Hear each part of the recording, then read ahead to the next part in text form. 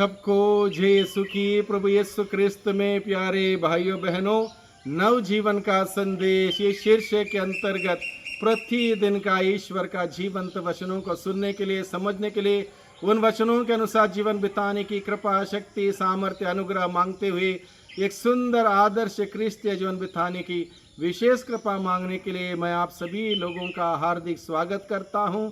आज जुलाई की 18 तारीख है, शुक्रवार का दिन है और आज के दिन में मनन चिंतन करने के लिए हम सबों को विषय दिया है संत मती के द्वारा रचित सुसमाचार अध्याय 12 पद संख्या 1 से 8 का प्रसंग है। इस प्रसंग में प्रभु हम सबों से क्या कहता है, एकमात्र महत्वपूर्ण बात प्रभु हम सबों के सामने रखना चाहता है।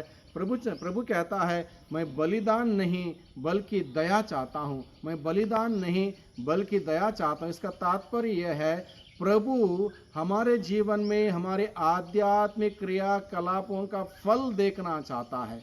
जितना मैं प्रार्थना करता हूँ, मैं माला विनती करता हूँ, बाइबल पढ़ता हूँ, मिस्सा बलिदान में भाग लेता हूँ, रोजाना मिस्सा में जाता हूँ, रोजाना घर में प्रार्थना करता हूँ, पारिवारिक प्रार्थना में जाता हूँ, बीसीसी प्रार्थना में जाता हूँ और साधना में जाता हूँ। ये सारे धार्मिक क्रियाकलापों में जब हम भाग लेते हैं, अगर उसका असर मेरे जीवन में नहीं है, उसका फल मेरे जीवन में नहीं है, तो सब कुछ व्यर्थ है, सब कुछ बेकार है।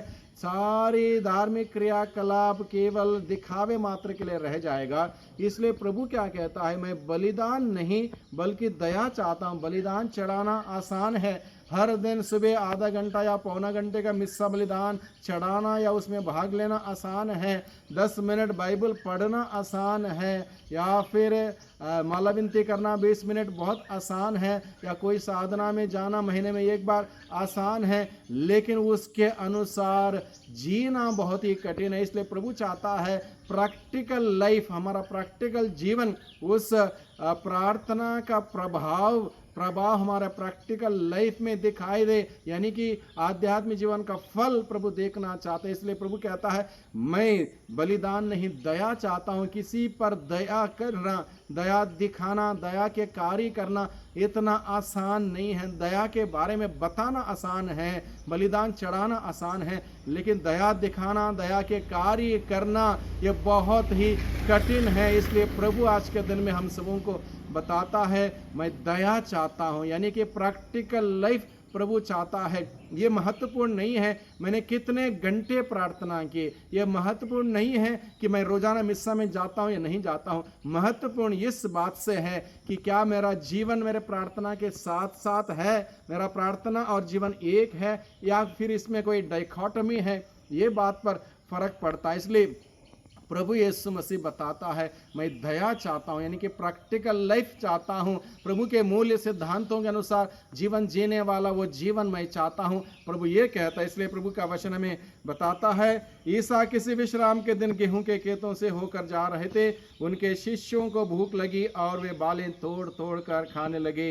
यह देखकर फरीसियों ने ईसा से कहा, देखिए, जो काम विश्राम के दिन मना है, आपके शिष्य वही कर रहे हैं। ईसा ने उनसे कहा, क्या तुम लोगों ने यह नहीं पढ़ा कि जब दाऊद और उनके साथियों को भूख लगी तो वे दाऊद ने क्या किया था? उन्होंने इस मंदिर में जाकर बेंट की रोटियां खाई।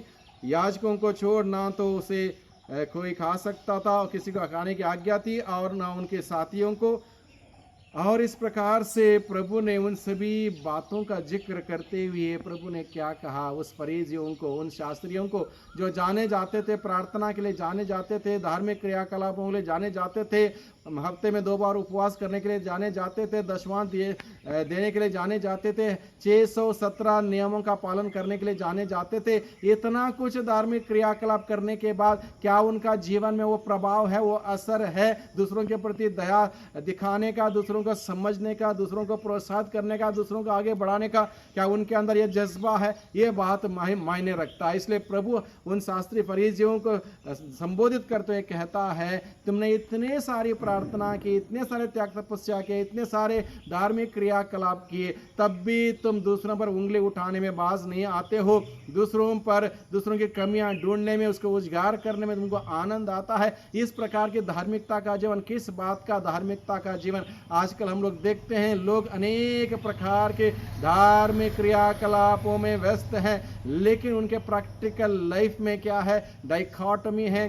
प्रार्थना ये एक अलग विभाग है, उनका जीवन दूसरा विभाग है। इसलिए प्रभु कहता है ये ऐसा अलग अलग ना हो। जैसे स्वयं प्रभु यीशु के जीवन में कोई अलग अलग विभाग नहीं था, उनके जीवन और उनका कार्य एक था, उसमें कोई डिफरेंस नहीं था। उसी प्रकार से प्रभु चाहता है कि हम अपने जीवन में उस धार्मिक जीवन को जिएं, दूसरों पर दया दिखाएं, सेवा का कार्य करें, दूसरों की मदद करें, दूसरों को समझें, दूसरों का साथ दें। जो दुखी है, पीड़ित है, लाचार है, उसकी मदद करें, कम से कम उसके लिए प्रार्थना करें। ऐसा प्रैक्टिकल लाइफ प्रभु चाहता है। इसलिए प्रभु ने कहा, मैं बलिदान नहीं चाहता हूं। जिस बलिदान के द्वारा तुमको दया दिखाने के लिए बलिदान प्रेरित नहीं करता, वैसा बलिदान नहीं चाहता हूं, बल्कि मैं दया चाहता हूं। जो दया का कार्य तुम करोगे वही मेरे लिए प्रार्थना होगी। इस प्रकार से प्रभु हम सबों को समझाता है, यानी कि हम सबों को भी आज के दिन में मनन चिंतन करने की जरूरत है।